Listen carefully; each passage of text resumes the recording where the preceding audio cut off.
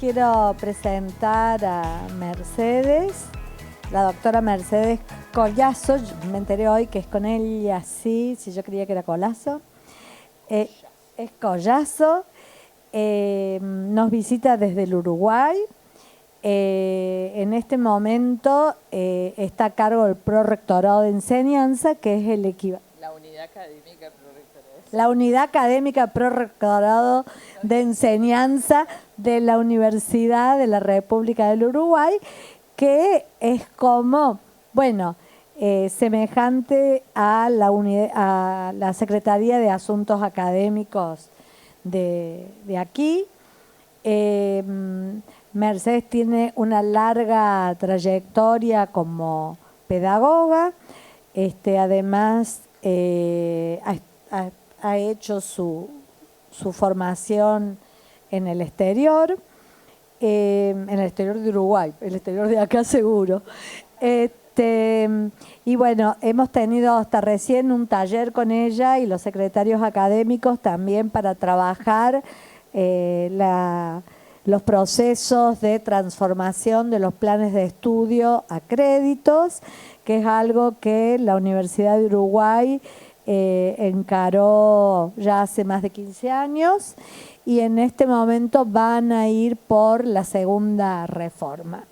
Pero nuestra intención de invitar a Mercedes es que ella ha hecho su tesis doctoral sobre algo vinculado al tema que va a trabajar acá, que es la complejidad de la innovación curricular en macrouniversidades, y toca temas que son bastante similares a las dificultades que nosotros tenemos para hacer innovación curricular en la UNC. O sea, la Universidad del Uruguay de la República tiene muchos parecidos a la UNC, tanto sea porque tienen ingreso irrestricto, porque tienen una universidad numerosa, porque es una universidad gratuita. O sea, tenemos como realmente una hermandad y muchas semejanzas.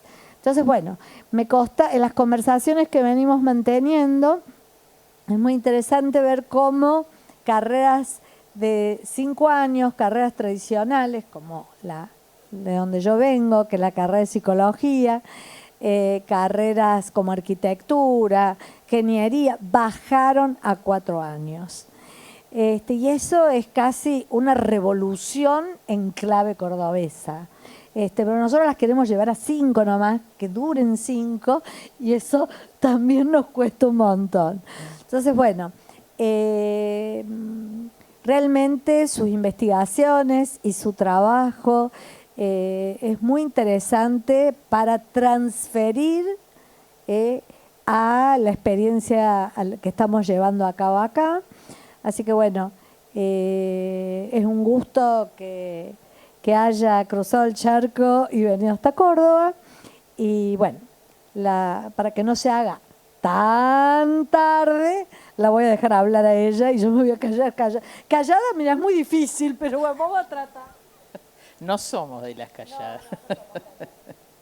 Bueno, un verdadero placer realmente volver a Córdoba. Es maravilloso, es como que uno siente en la Universidad de Córdoba otras cosas que tienen que ver con la historia, que además nos ha marcado tanto a las universidades públicas latinoamericanas, a la historia política y social también de Latinoamérica, y en particular a la UDELAR, que yo les decía, es como, sigue siendo un experimento cordobés de la reforma. Pero esta reforma a la que alude Claudia, la hicimos en un periodo de segunda reforma. Para los compañeros que estuvieron en el taller ya lo escucharon. Así llamó, quizás algunos consideraron que grandilocuentemente, el rector de la época, un heredero de la reforma realmente en toda su historia personal, de Córdoba. Le llamó segunda reforma a la nueva transformación institucional y del conjunto de las funciones universitarias que debía desarrollar a principios de los años 2000, fue ahí que se inició todo el proceso, para profundizar la democratización y además llegar a todo el país. Fue el momento en que la universidad logró descentralizarse con un momento favorable, digamos, desde el punto de vista presupuestal, de apoyo del gobierno nacional a todo el proceso de descentralización. Así que fueron años donde todos nos subimos al barco con mucha alegría y experimentamos esa utopía que realmente transformó muchísimo la institución. Pero ahora nosotros le vamos a hablar, discutimos varios de esos aspectos en el taller, pero ahora queríamos como recapitular un poquito a pedido de Claudia, y agradezco la invitación, que no te lo dije, y al rectorado, por favor. Cerramos con nuestra experiencia, pero algunos elementos que tienen que ver como poder repensar más intensamente esas herencias que tenemos del pasado, de una fase de educación de élites, a nivel de las estructuras curriculares, digamos, y cuáles son los aspectos que tenemos que repensar y remover.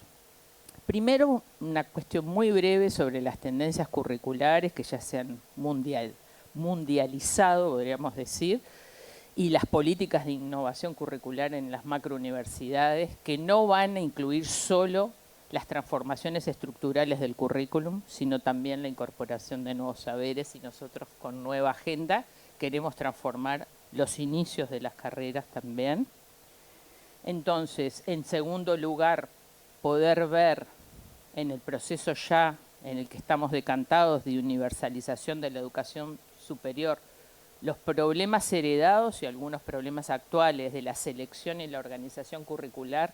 Veíamos en el taller que estos dos aspectos, qué se enseña y cómo se organiza el conocimiento, son de los puntos que menos hemos discutido. Hemos discutido mucho en estos años cómo enseñamos, cómo evaluamos, y hemos hecho mucha experimentación. En ese sentido, estas jornadas son reflejo de eso. Y ahí también tenemos que seguir trabajando fuertemente. Ya vamos a ver algunos límites, pero desde nuestra perspectiva, requerimos una reforma estructural del currículum más fuerte que permita un proceso de democratización más profundo. Y finalmente cerrar con algunos aprendizajes que logramos nosotros. Yo aquí les traje las tendencias curriculares de Alicia Camiloni, adorada Alicia, tutora de tesis además, con aspectos que ya lo sabemos todos, pero que quizás es bueno recuperar, y tiene que ver con los procesos de internacionalización que ya están dados, la consolidación de la misión universitaria de formación de profesionales. Ella dice, triunfó la Europa continental, ganaron los perfiles profesionales sobre otros modelos de formación más general anglosajones. La aceleración de los procesos de diversificación de carreras. Hemos creado muchísimas carreras en estas últimas décadas, la expansión es impresionante. La especialización de las carreras de grado en ese proceso, a la vez que la creación de ofertas interdisciplinarias, y la aparición de posgrados generales y proliferación de titulaciones intermedias. O sea, un proceso de diversificación de los sistemas que es enorme.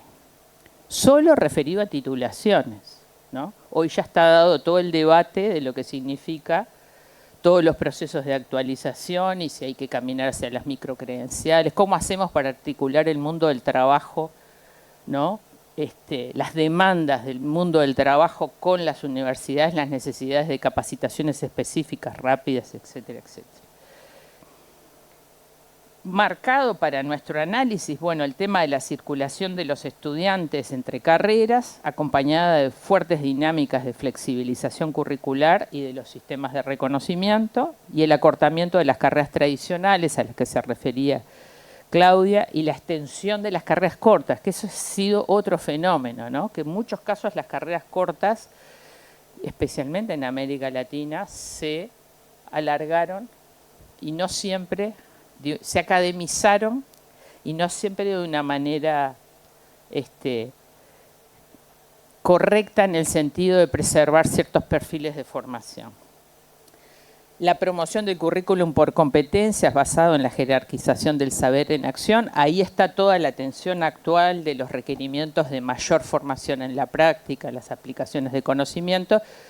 Pero en nuestro caso, por lo menos lo que nosotros hemos ido viendo, ustedes tienen larga experiencia de acreditación de carreras. El diseño curricular por competencias no tengo claro cuánto avanzó en nuestras universidades. En la UDELAR no avanzó. Se definen los perfiles de egresos y sobre todo para las carreras que acreditan en el Mercosur por perfiles, por competencias genéricas y específicas, como hicieron los europeos, pero no abordamos un diseño curricular por competencias. No, si les digo la verdad, no encontramos... No hay acá tampoco. Solo ingeniería hizo el intento, pero cuando uno estudia los planes de estudio, finalmente, como en el esquema, están los alcances del título y no hay una... Justamente ahora que queremos trabajar las microcredenciales, nos encontramos con que los programas de las materias no incluyen cómo aportan a la competencia, ni al alcance del título. Entonces es muy difícil, hay que pensarlo un poquito. Nosotros, de la experiencia que conocimos europea a través del proyecto Tuning, no logramos encontrar cuál era la clave del pensamiento Tuning. Y dijimos, no, esto quizás tiene una gran artificialidad que no se adapta a nosotros. Sí pareció muy bueno, de todos los académicos que participaron de ese proyecto, el definir los perfiles de egreso, ¿no?, con competencias generales y específicas, sí fue un elemento que permitió avanzar. La estandarización de las formaciones profesionales, ahí se me fue, esperen que tengo un... ahí. Orientadas por pautas internacionales, que ustedes lo conocen muy bien, y creciente territorialización de las universidades asociada con los procesos nacionales de democratización. Para nosotros, la expansión universitaria en el interior del país fue decisiva en estos años, pero esto es un fenómeno del mundo. Idearios políticos que nosotros queremos marcar, más allá de todas las influencias de los procesos internacionales, nuestros propios idearios, ¿no?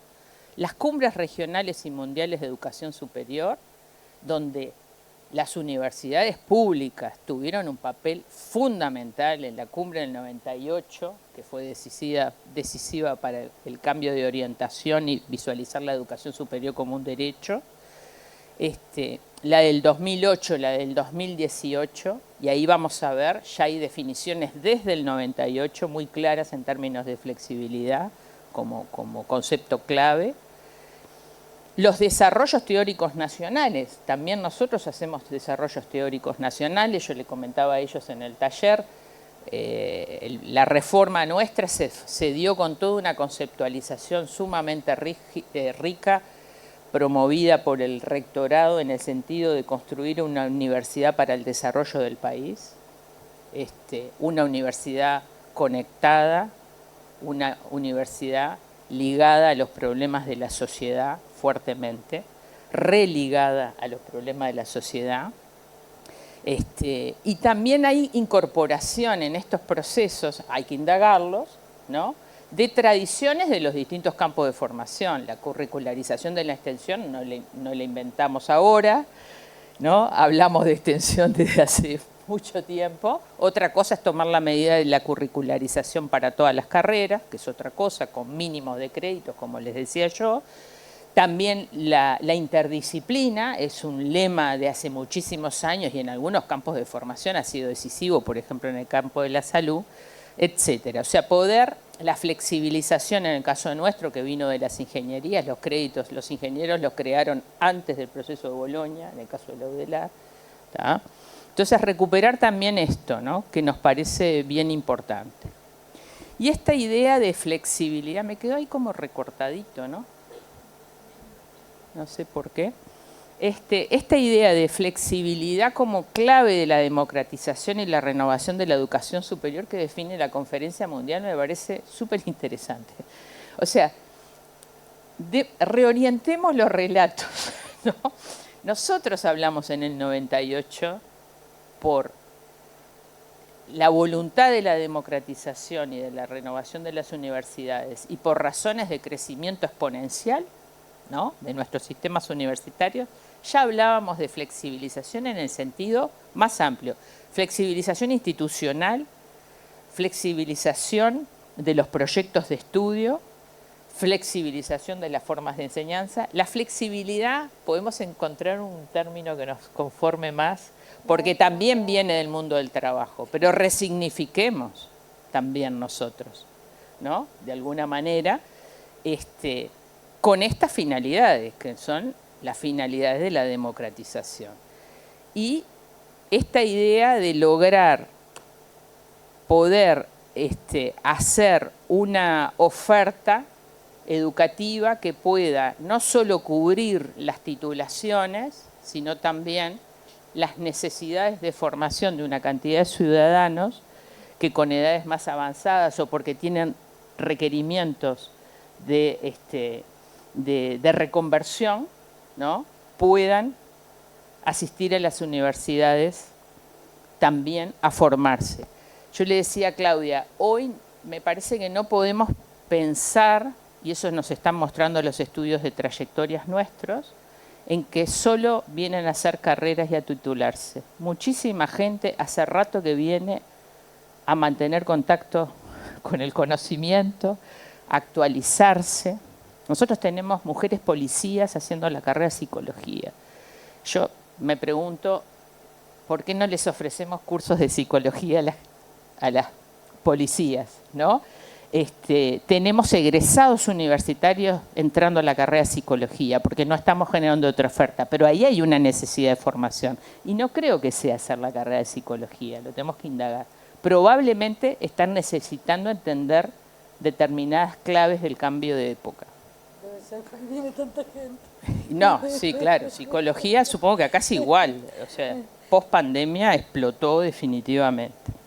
Y explotaron los pobres docentes, ¿no? Porque todavía seguimos en la discusión interna de si vamos a darles un poco más de dinero. Pero bueno, esas son otras miserabilidades. Políticas de innovación curricular, entonces, podríamos decir que tenemos que conjugar las transformaciones estructurales que tenemos que hacer, y ahora nos vamos a referir, con las agendas de problemas y temas propios de nuestras macrouniversidades.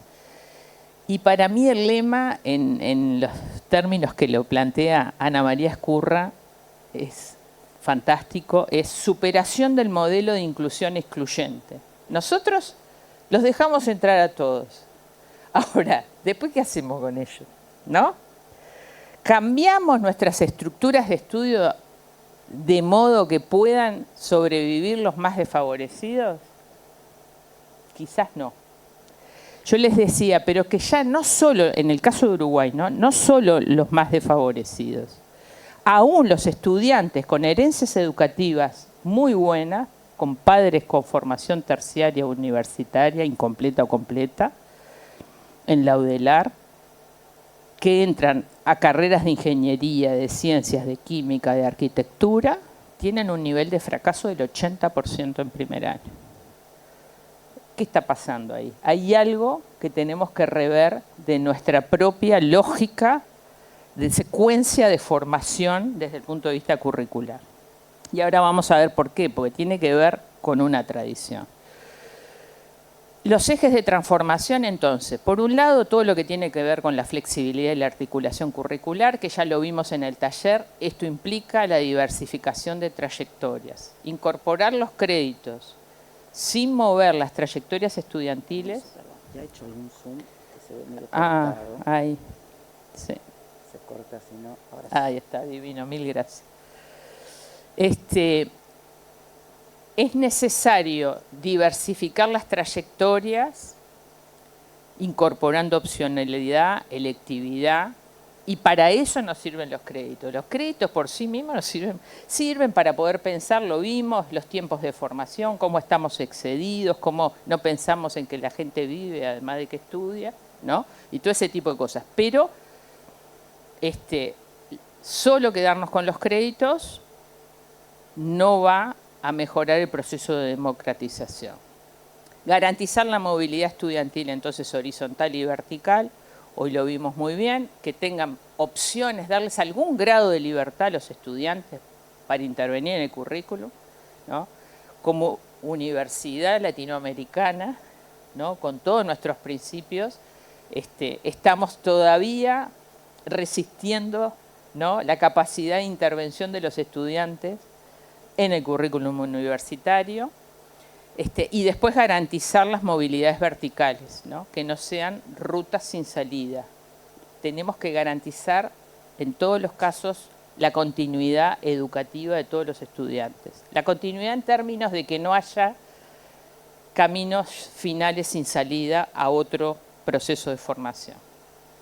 La incorporación de nuevos saberes, que ustedes imagino que ya están en esto desde hace tiempo. La curricularización de la extensión fue una de las medidas, pero también la incorporación de todas las nuevas agendas, ¿no? Que esto está en la literatura en este momento del mundo a nivel curricular muy fuerte. Género, ambiente, racialidad, para nosotros el tema racialidad es clave en Uruguay. Derechos humanos, me consta que ustedes han trabajado muchísimo incorporando al currículum este tema. Violencias, democracia, todo el tema del declive de las democracias debería pasar a ser temas más transversales de discusión, ¿no? Para la construcción de ciudadanía con los estudiantes que tienen nuestros que tienen la oportunidad de llegar a estos espacios.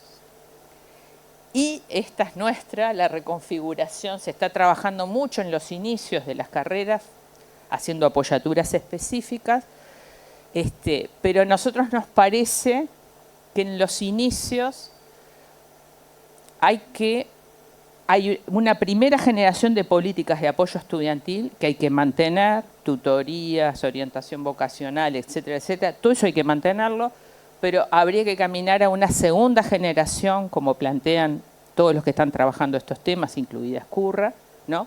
En la que entremos desde nuestro punto de vista más en el corazón de la caja negra de qué enseñamos y cómo lo enseñamos, cómo lo organizamos ese conocimiento en los inicios de las carreras. Y ahí, un punto que vamos a ver después un poquito más, hay que revisar el modelo tradicional de la racionalidad técnica que organiza los currículum y que segmenta fuertemente teoría de práctica, y en los primeros años la contextualización curricular, hoy lo discutimos, la gente tiene que entrar a las carreras y tener una idea de qué se trata, ¿no? Para poder construir sentidos en el aprendizaje, ese perfil de formación. Yo no me puedo pasar 2 o 3 años estudiando solo matemáticas, física, sin saber nada. Lo poníamos como ejemplo, pobre los ingenieros, siempre los matamos con esto, pero a los químicos les pasa lo mismo, y a muchos les pasa lo mismo, sin saber nada de qué se trata esa carrera, esa profesión a la que se aspira. Y en términos de masificación, para los inicios nos parece que hay que hacer estrategias de formación diversificadas. O sea, ya está. No podemos pensar de calidad, pero no podemos pensar que los vamos a seguir recibiendo a todos acá, ¿no? Sino que vamos a tener que diversificar con calidad todas las modalidades de enseñanza para llegar cada vez más al conjunto de nuestra población. Problemas heredados, no sé cómo voy de tiempo, y tensiones curriculares. Recuperar algunas cuestiones que son básicas en la teoría curricular.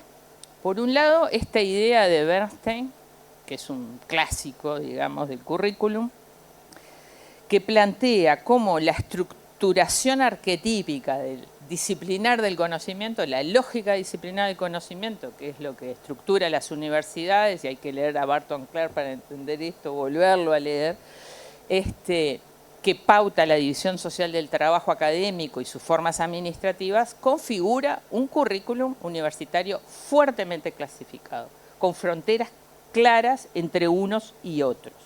Y por esto transitan nuestros estudiantes, ¿no? Hay límites muy definidos entre las disciplinas. Y ahí se nos plantea, a lo largo sobre todo a partir de la mitad del siglo XX en adelante, esta tensión entre fragmentación y también movimientos que se dieron hacia la integración curricular. La fragmentación es la lógica primigenia ¿no? Y si nosotros miramos los planes de estudio de la primera mitad del siglo XX, más claro, échale agua, ¿no? Yo que seguí ciertas carreras y me fui a los inicios, esta lógica, en términos de mosaico de materias, ¿no?, era así. ¿Qué nos dice la sociología del currículum? Bueno, que esta identidad educativa, que está claramente delimitada y marcada, por lo tanto diferenciada, ayuda a socializar en una lealtad a la disciplina, a la materia. Yo lo estudié en una carrera, no voy a decir cuál, que te lo decían los propios docentes. Acá no entra nadie que no seamos nosotros.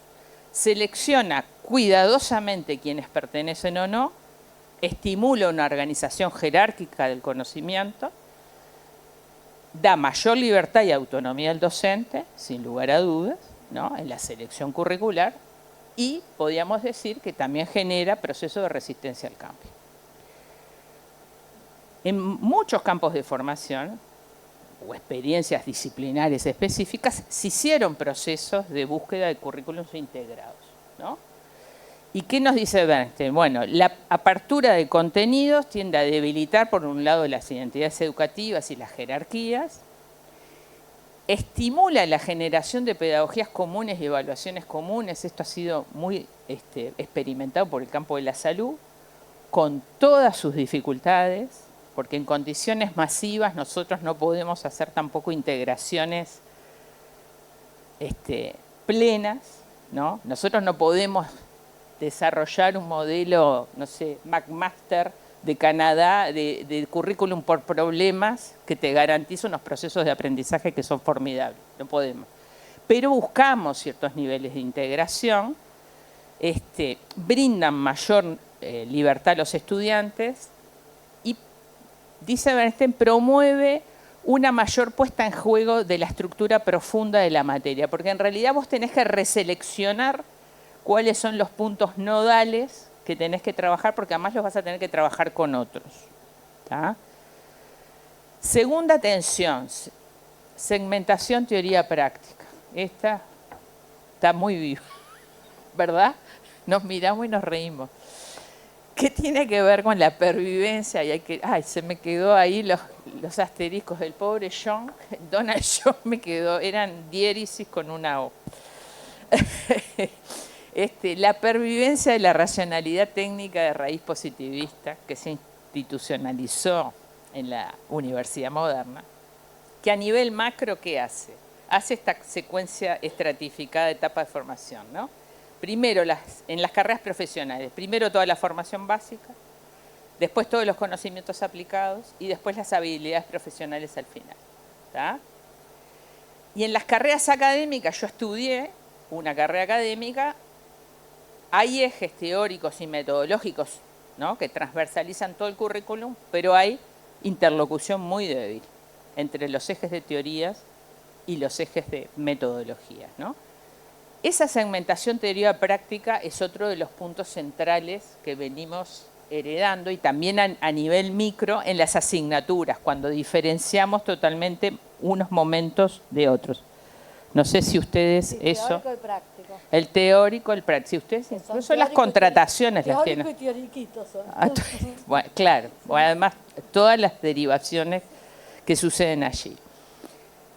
Este es un modelo, pero podríamos hacer algunas otras cosas. O sea, lo que tenemos que hacer es repensar, desde nuestro punto de vista, sobre todo al inicio, repensar esa entrada que es tremenda, ¿no?, donde le damos los fundamentos con todas las ciencias básicas y, lo vamos a decir después, con una extensión y una profundidad máxima, y en realidad dejamos ahí afuera probablemente a toda la gente que viene con un capital cultural diferente al universitario.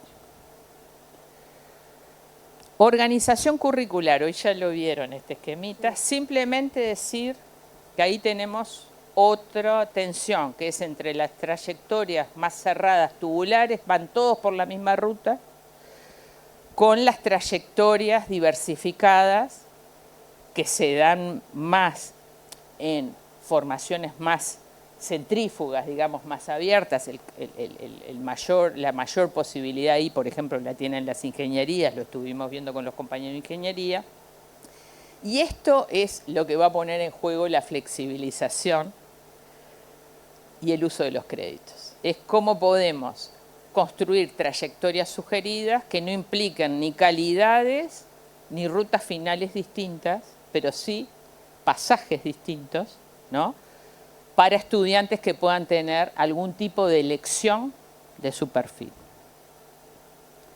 Organización temporal del currículum, racionalización de los tiempos de formación, hay que repensarlos. Ya tenemos nivel terciario, tenemos nivel cuaternario, llegamos a los postdoc, ¿no?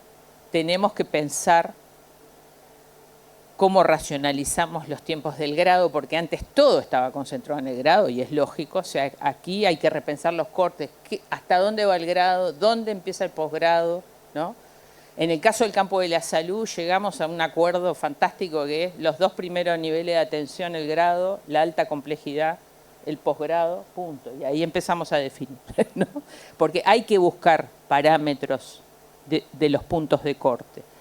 La movilidad estudiantil, y acá un tema que sé que todavía es crítico, que es, para flexibilizar, tenemos que tener una organización semestral. Nosotros le llamamos semestres, ustedes le llaman cuatrimestres, son más realistas. Nosotros le llamamos semestres.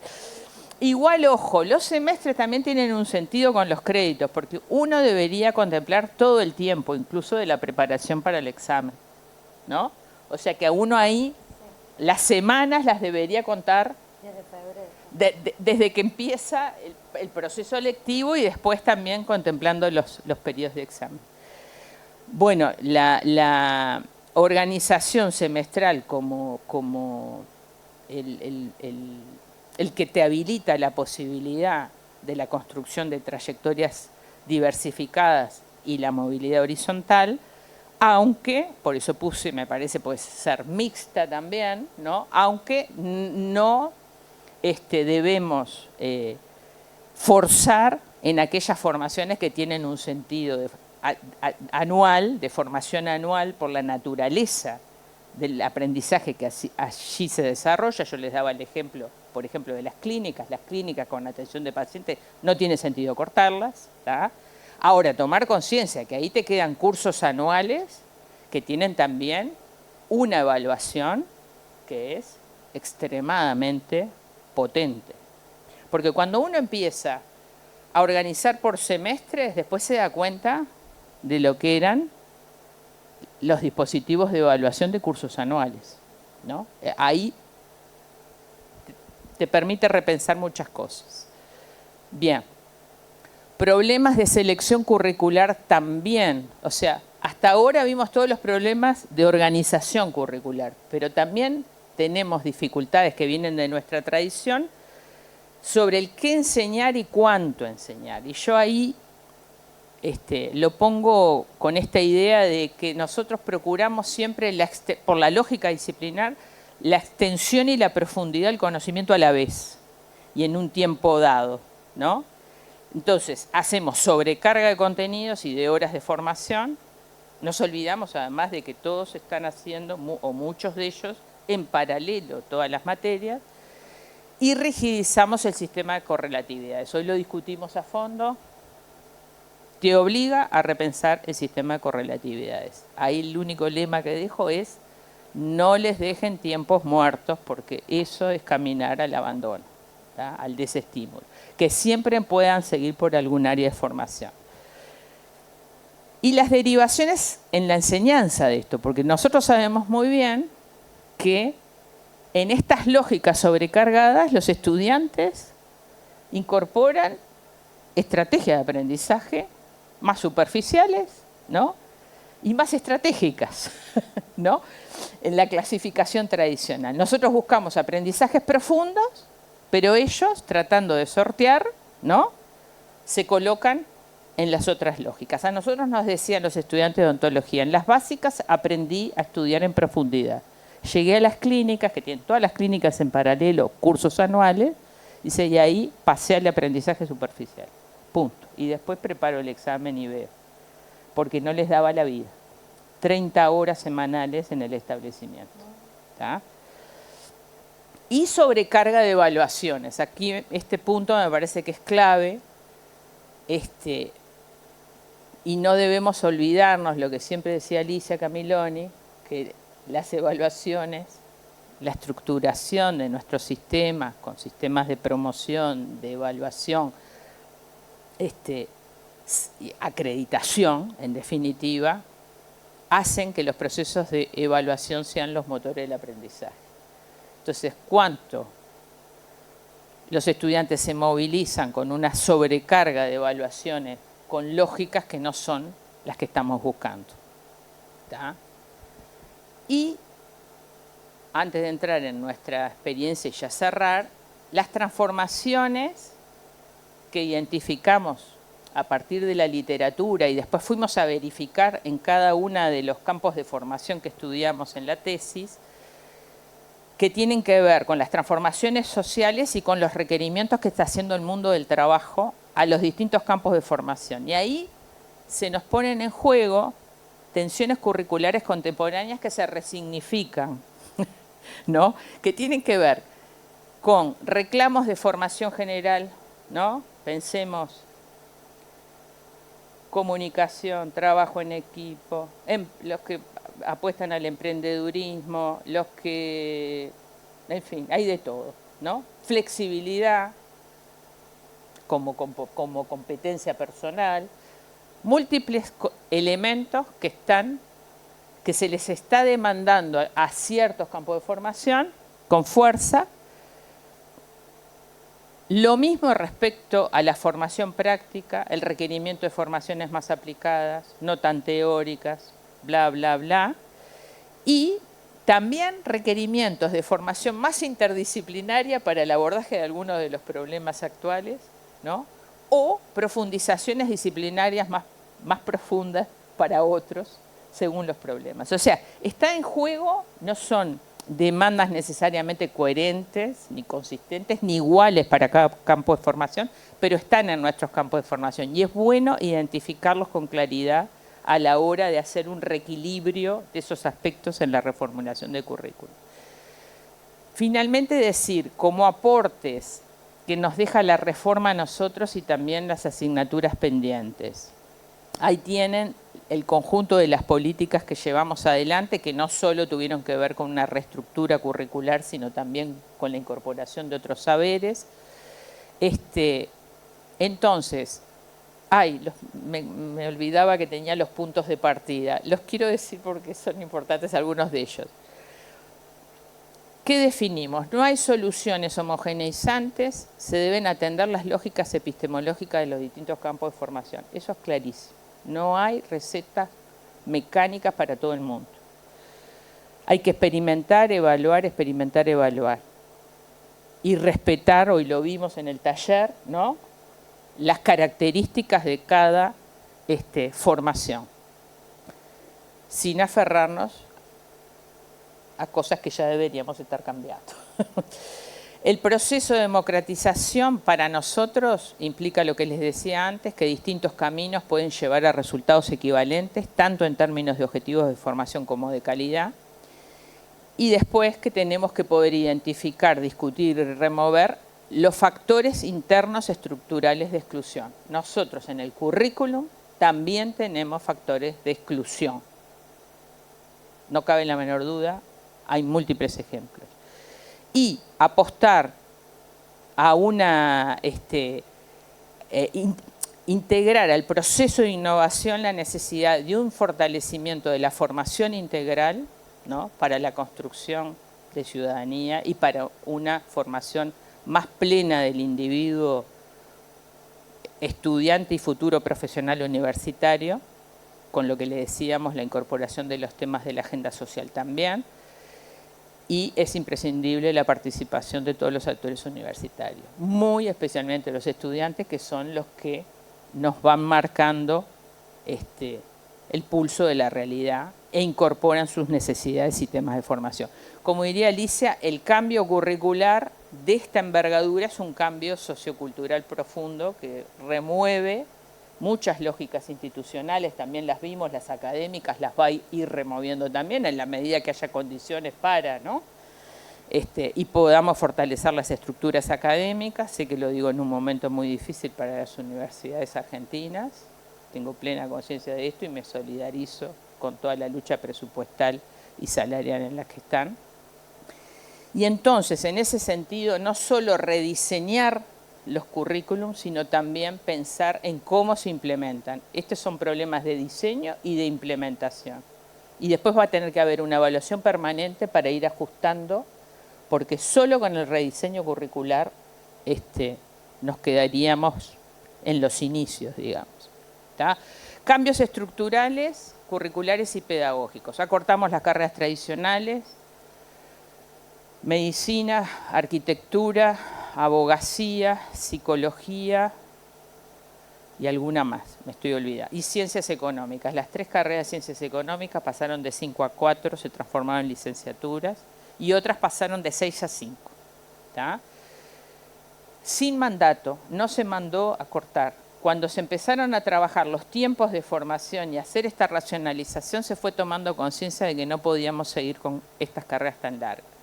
Diversificamos la oferta de grado, de pregrado y de grado. Se crearon muchísimas, fue una oportunidad formidable, porque además hubo financiamiento para eso, creación de carreras compartidas interdisciplinarias, algunas específicas para el interior del país, con temas locales del interior del país o regionales. ¿Ya? Nos orientamos, yo les decía, hacia perfiles mixtos, profesionales y académicos, o sea, todos quisieron tener un poquito del otro perfil, ¿no? En su formación, por lo menos algún eje de formación, las profesionales algo de formación e investigación y viceversa, las más académicas de formación de investigadores algo de trayectorias profesionales, aunque sea incipientes. Mejoramos los niveles de egreso, yo ya di ejemplos en el taller.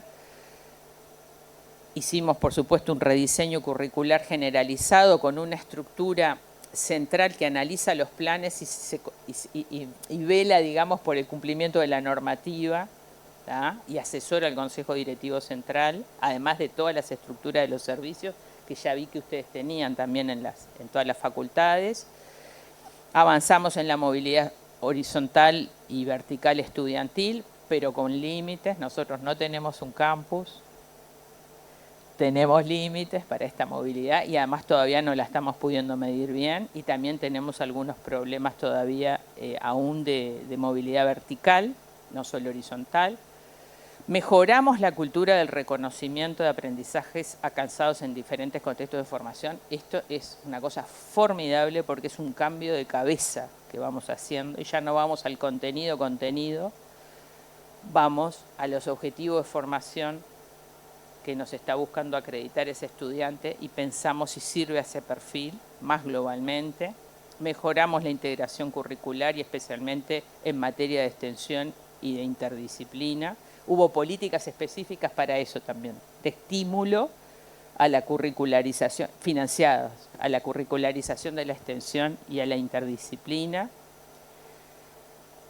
Incorporamos temas nuevos a través de cursos optativos, esto me parece que es un valor que ustedes tienen que tomar, y es que hay una cantidad de temáticas que trabajan los docentes que son interesantísimas, de profundizaciones colectivas o personales, que con una estructura flexible pueden entrar al currículum como optativa y que son muy valiosas para la formación.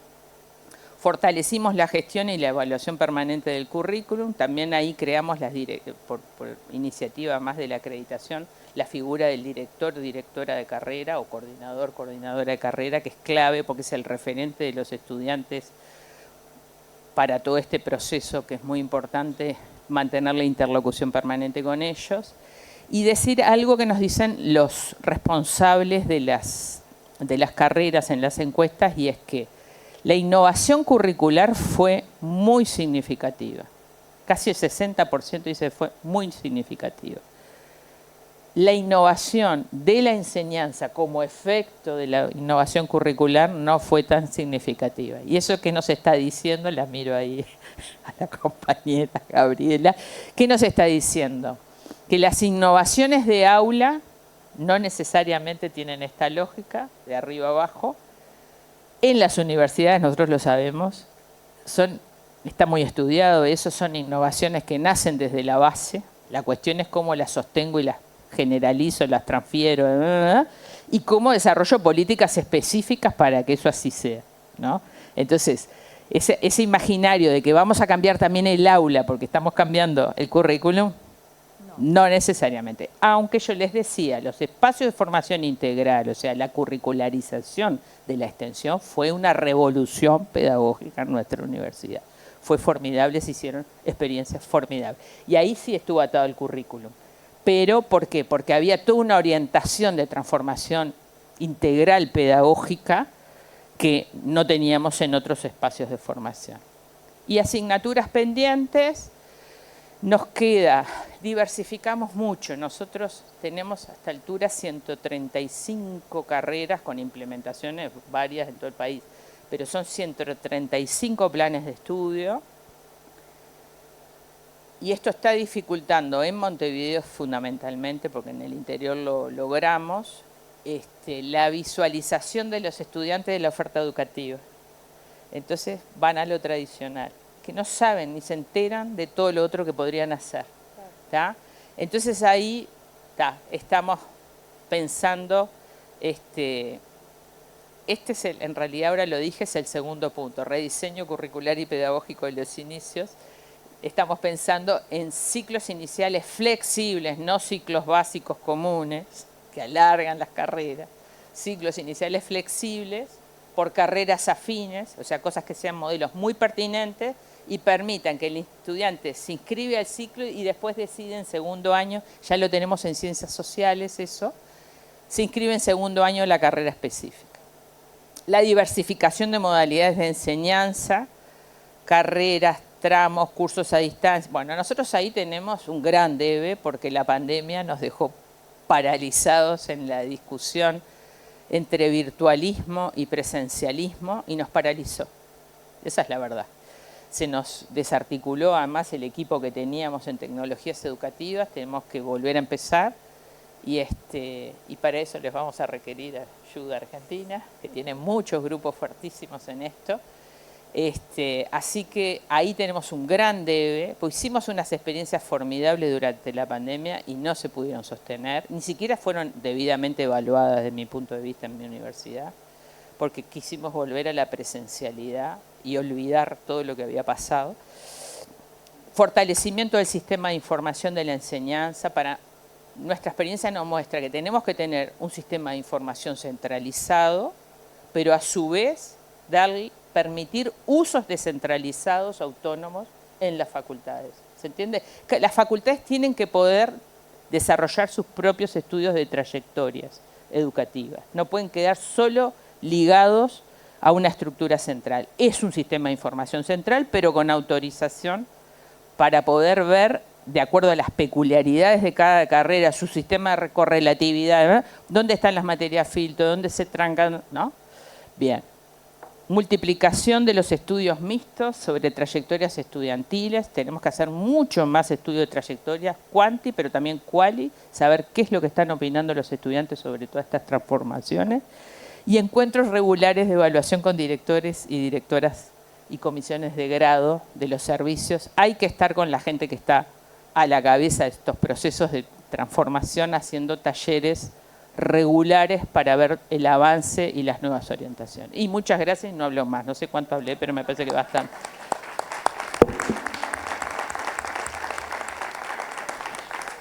Bueno, muchas gracias, Mercedes. No sé si hay preguntas, si quieren preguntar algo. Está todo el mundo agotado porque la jornada fue larguísima y bueno, muy productivo también el taller que hicimos antes, donde preguntaron bastante sobre las dificultades que habían enfrentado en los procesos, que son parecidas a las nuestras. Nadie quiere bajar la cantidad de contenidos, nadie quiere que la materia pase a ser cuatrimestral. Bueno, como dificultades comunes que nosotros tenemos, pero que bueno, ellos han tomado la decisión. Lo que a mí más me gusta es que ellos son mucho más autónomos que nosotros. No dependen de un ministerio que les corrige el plan de estudio, ¿no? Y esa ya es una ventaja. Lo aprueba la universidad y bueno, no quiero... Es nuestra responsabilidad absoluta. Claro, claro. Bueno, no sé si hay alguna pregunta sobre que quieran hacer y... Bueno, parece que no. Está todo el mundo mudo. Todos cansados. Bueno, entonces muchas gracias y hasta la próxima. Muy bien.